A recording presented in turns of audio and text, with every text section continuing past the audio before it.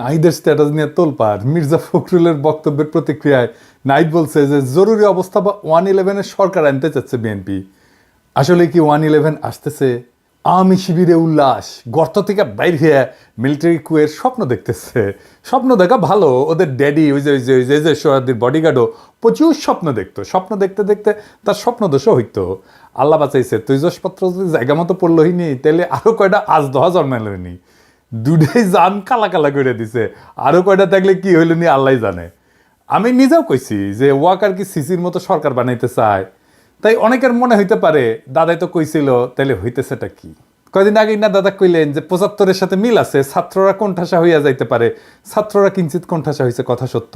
কিন্তু আমি এটাও মনে করি ছাত্ররা রাইট স্ট্র্যাটেজি নিলে এই অবস্থা থেকে উত্তরণ সম্ভব। প্রথমে আমরা কুয়ের বা জরুরি অবস্থার সম্ভাবনার কথা নিয়ে ভাবি। তার আগে একটা জিনিস বইলেনি, সেটা হইতেছে যে রাজনীতিতে প্রিএমটিভ মেজার বলে কিছু কথা আছে, মানে আগে থাকতেই একটা ব্যবস্থা নেওয়া।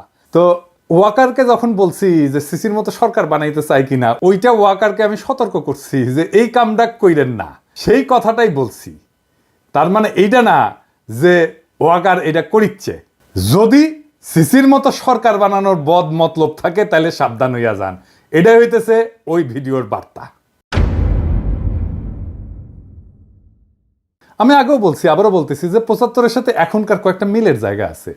তবে আর্মিতে একটা বড় তফাত আছে, বিশাল বড় তফাত 75-এর সাথে। 75-এ আর্মির একটা ছোট অংশ বিপ্লব করছিল, আর বিপ্লবের পরে শেখ মুজিব জয় বাংলা হইয়া যাওয়ার পরে জনগণ মাঠে নেমে আসা ওই বিপ্লবী শক্তিকে অভিষিক্ত করছিল। আর 24-এ আর্মি মাঠে বিপ্লব দমন করার জন্য মাঠে ছিল। তারা প্রথম দিকে জনতার দিকে গুলিও করছে। আর্মির ড্রোন আকাশে উড়াইয়া সেটা দিয়ে গোয়েন্দা তথ্য দিছে যে কোটি কোটি বিক্ষোভকারীরা কুটি থেকে প্রতিরোধ করিচ্ছে। আর ওই পুলিশ সেই তথ্য পেয়ে আন্দোলনকারীদের বিক্ষোভকারীদের চিহ্নিত করিয়া ওই জায়গায় স্নাইপার পাঠাইছে। এলাকা ব্লক রেড দিয়া কারফিউ দিয়ে আন্দোলনকারীদের আটক করেছিল না আর্মি? আমরা তো ভুলি নাই, তাই না? এই ভূমিকা রাখার পরেও আর্মির সৈনিক আর জুনিয়র অফিসাররা একটা সময় গুলি চালাইতে অস্বীকার করছে। সেটা হইতেছে 5ই অগাস্ট সকালে। এই যে হাসিনার আজ্ঞাসনা থেকে শুরু কইরা গুলি চালাইতে অস্বীকার করা, এটাকেই বলে বিপ্লবী রূপান্তর। আর্মির এই সেকশন মানে জুনিয়র অফিসার আর সৈনিক লেভেলে একটা বিপ্লবী রূপান্তর ঘটিছে। এই আর্মি হাসিনার আর্মি না, এই আর্মি জনগণের আর্মি, জনতার আকাঙ্ক্ষার সাথে থাকা এক গণমানুষের বাহিনী, এক গণবাহিনী। এটা আমি আর্মিকে তেল দেওয়ার জন্য বলতেছি না। আপনারা যারা 5ই আগস্টে রাস্তায় ছিলেন তারা জানেন যে এই আর্মি জনতার পক্ষ হইয়া হাসিনার পুলিশের বিরুদ্ধে, ছাত্রলীগ যুবলীগের গুন্ডাদের বিরুদ্ধে গুলি ছুটতেছে। আর্মি হাসিনার শাসনের খুঁটির বিরুদ্ধে দাঁড়াইছে। আর্মি হাসিনার শাসন, হাসিনার ছায়া থেকে বাইর হয়ে আসছে। এটাই রূপান্তর। তার অস্ত্রের নল ঘুরে গেছে শাসকের দিকে। এইটার প্রতীকী মূল্য অপরিসীম। এই বাহিনী অন্তত এখন জনতার বিরুদ্ধে দাঁড়াবে না। তারপরেও বলা যায় না, কু করতে তো বেশি লোক লাগে না। 111-এর সময় তো কু করেছিল 10-12 জন নাকি শুনেছি। তাই আমি বলতেছি না কু হওয়ার সম্ভাবনা শূন্য, হইলেও হইতে পারে। তবে আমি চাই এটা কু হোক, তাহলে টেরাম টেরাম যুদ্ধ হবে। হ্যাঁ, কু হইলে ভালো হবে। কেন ভালো হবে আজের দেখি।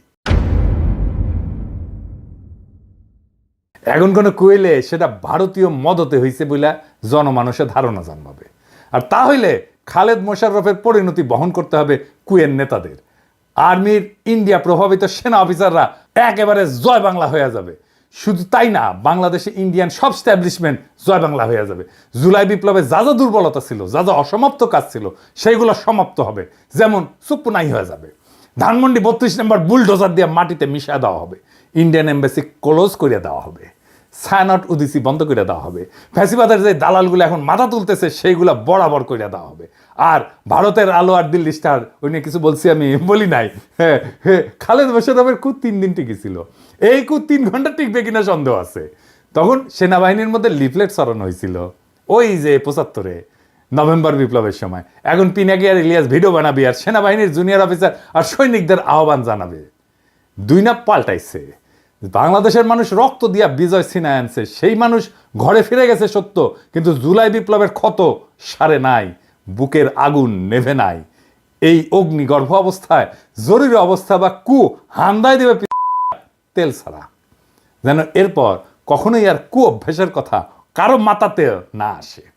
আমাদের কাজ ফ্যাসিবাদের দোসরদের দাবরানির উপরে রাখা। আপনাদের চোখে পড়তেছে না হয়তো, কারণ এই কথাগুলো প্রকাশ্যে বলার বিষয় না, কিন্তু অনেক কাজ পিছনে হইতেছে। এইগুলা বেকুব কর্মীগুলো জানে না।